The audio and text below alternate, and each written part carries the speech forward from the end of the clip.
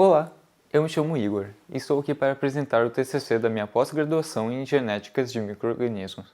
Sempre tive muito interesse nas áreas de microbiologia e genética, e durante o curso tive a oportunidade de realizar meu TCC no tema de endossimbiose. Durante meus estudos, deparei-me com o interessante fenômeno da endossimbiose e um de seus principais problemas. Há poucos materiais acessíveis em português. Geralmente, os conteúdos mencionam brevemente o processo ao se tratar de organelas. Ao discutir a história da biologia, os desenvolvimentos da área não são sequer citados, dando a impressão de que a teoria sempre foi aceita ou surgiu recentemente, o que definitivamente não é o caso.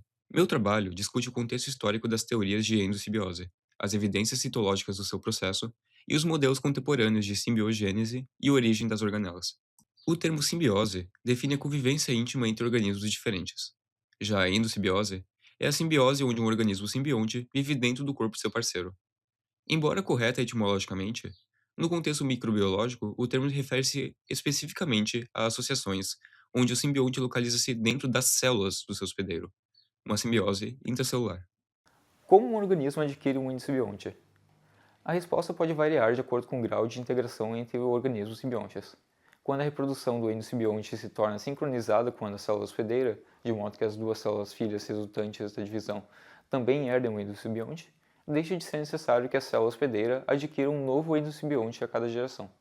Isso ocorre porque ambos passam a compartilhar o mesmo ciclo reprodutivo. Dois fenômenos originam endossimbioses: infecção e fagocitose. A infecção ocorre quando um microorganismo invade a célula de outro, geralmente por parasitismo, utilizando recursos do hospedeiro para se nutrir.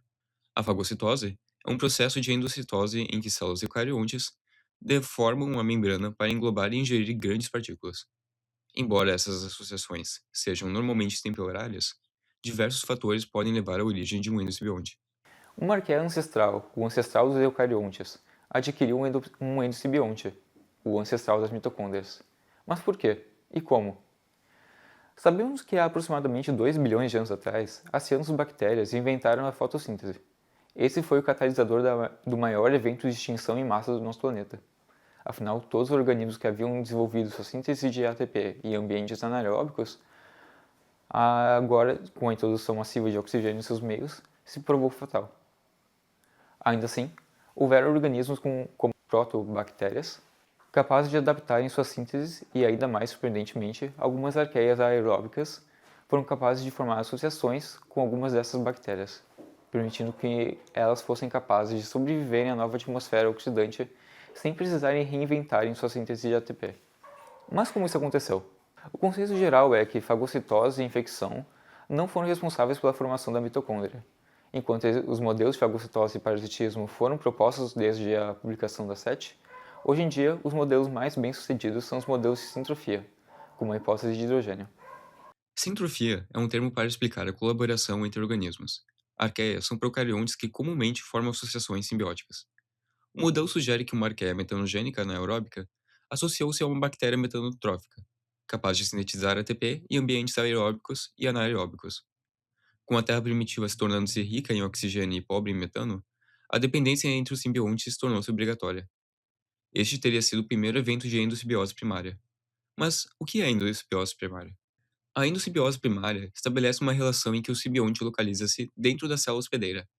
A reconstrução genética mostra que esse processo entre procariontes foi raro, tornando-se comum após os eucariontes desenvolverem a fagocitose. Quando um eucarionte é englobado por outro, ocorre a endossimbiose secundária. Já os termos terciária ou quaternária denotam processos em série de endossimbioses subsequentes. Particularidades citológicas emergem dessas séries. Plastídeos contidos em 3 ou 4 membranas, com nucleomorfos e, por vezes, mitocôndrias e retículos plasmáticos. A condição dessas organelas vestigiais, o tipo de clorofila e os genes indicam o momento em que a endossimbiose ocorreu. Em que ponto consideramos um endosimbionte uma organela? Somos capazes de delimitar isso? Bem, isso é complicado. Organela define-se como uma parte celular especializada com funções específicas, análoga a um órgão. Estudamos duas de origem endossimbióticas primárias, as mitocôndrias e os cloroplastos. A transição de endosimbionte facultativo para uma organela obrigatória caracteriza-se, essencialmente, pela incapacidade de sobrevivência independente do simbionte, coordenada por uma reorganização estrutural e bioquímica que subordinou suas funções ao controle da célula hospedeira. Pesquisadores argumentam que as mitocôndrias e cloroplastos são agora apenas organelas, pois perderam a maior parte de seu código genético necessário para sua manutenção, atualmente codificados pelo núcleo da célula hospedeira. Isso é evidente no tamanho dos genomas. Enquanto a alfa-protobactéria de vida livre possui de 1 a 10 milhões de pares de base, as mitocôndrias têm cerca de 16 mil. Já cianobactérias, que possuem de 1 a 12 milhões, enquanto os cloroplastos têm apenas de 120 a 220 mil. Por fim, esses pesquisadores delimitam que a distinção entre endocibionte e organela é determinada principalmente pela presença de aparatos de importação de proteína, Tinniton nas mitocôndrias e TikTok nos plastídeos. Esses mecanismos permitem a transferência proteica entre o citoplasma e as organelas. Foram graças a eles que os endocibiontes ancestrais conseguiram abandonar seus genes, sem comprometer sua bioquímica procarionte. Com isso dito, podemos então definir qual é o limiar entre endocibionte e organela? Não.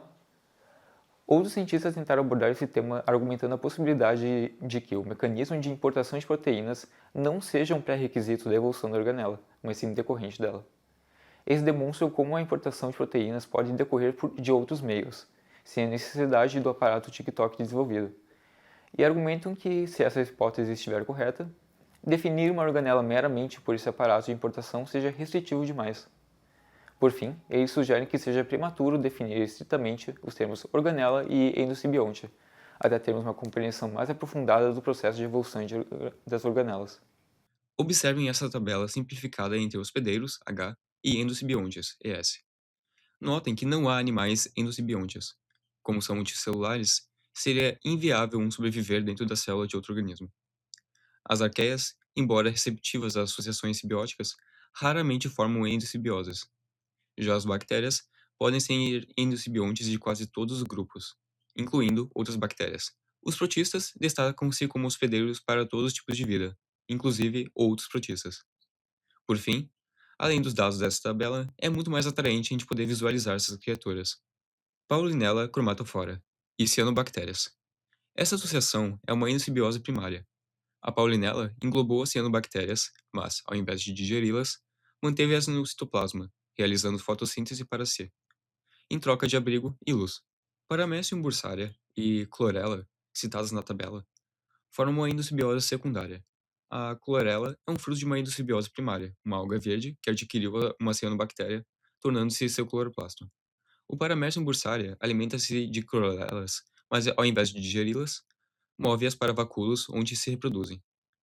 Seguras contra a digestão, as algas realizam fotossíntese e alimentam o hospedeiro em troca de abrigo. Cryptoperidium são dinoflagelados, grupos de protistas com endossimbioses secundárias. Entretanto, este caso é uma endossimbiose terciária. Nitzschia, seu endossimbiont, é uma diatomácea, um protista com endossimbioses secundárias de algas verdes e vermelhas. Em algum momento, os platídeos originais do Cryptoperidium atrofiaram, funcionando apenas como um eye spot. Para suprir as demandas energéticas, o hospedeiro ingeriu e empregou a diatomácea. O ponto mais chocante é que a Nitzschia mantém o seu núcleo e retém as mitocôndrias funcionais dentro de suas membranas. Symbiodinium é uma família de dinoflagelados cujo nome se refere-se à sua alta capacidade de formar relações simbióticas.